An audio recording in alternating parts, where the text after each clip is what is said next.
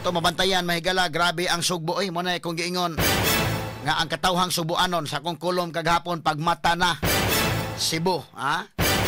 Ang liderato mga higalas Kapitulyo kaniadto sad ni tugot. Oga duna mahigalay huhungihong labot ini negosyo sa kware. Nga grabing kware mahigalas kabukiran. Straight to the point. Nga upaw nitong kabukiran Dekin, kabantay ka?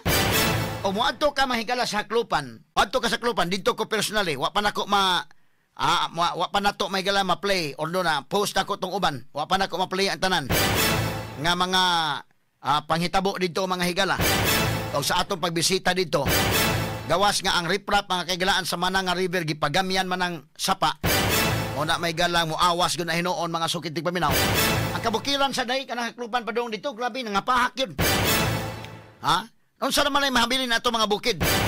Kinsa may nakapahimos, kinsa may nadato ana mga quarry nga nahitabo niya. Grabe mahigala, quarry dito, quarry diri. Nangaupaw ang kabukiran, kinsa may magantos ana mga sukitig babinaw ang katawhan. Straight to the point. Kinsa may mupugong mga higala sa tubig.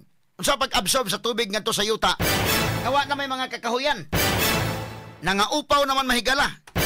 Ang mga tao nga responsable ini mga way batasan, nga mga klase sa tao. Straight to the point.